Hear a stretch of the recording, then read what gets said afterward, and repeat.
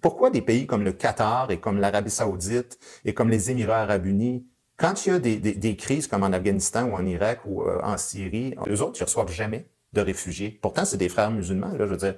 Comment ça se fait qu'ils reçoivent jamais aucun réfugié puis que Ce que dit M. Nantel ici, c'est strictement vrai, juste si on parle de réfugiés comme ils sont définis et comptabilisés par des traités internationaux comme le statut de 1951 sur les droits des réfugiés et son protocole de 1967. Mais le Qatar, l'Arabie Saoudite et les Émirats Arabes Unis sont pas membres de cette convention-là. Alors oui, dans les décomptes internationaux selon la convention, ces pays-là sont à peu près à zéro parce qu'ils comptent pas leurs réfugiés de cette façon-là. Mais ça veut pas dire que ces pays-là ont pas d'autres processus pour accueillir des réfugiés au sens commun. Par exemple, en 2018, l'Arabie Saoudite a accueilli 670 000 Syriens dans un processus de régularisation de documentation. Les Émirats Arabes Unis, sur une population de 10 millions, ont 8 millions et demi de travailleurs étrangers, dont à peu près 20% viennent de pays du Moyen-Orient qui sont typiquement producteurs de réfugiés pendant des conflits. Je dis absolument pas ça pour défendre les politiques sociales de ces pays-là ou leur traitement des réfugiés, je pense qu'il y a des lacunes évidentes là-dessus. Mais il faut quand même apporter un peu plus de nuance à la discussion. C'est pas parce que ces pays-là sont pas membres des traités internationaux qui définissent et comptabilisent les réfugiés que ça veut dire qu'ils en acceptent aucun.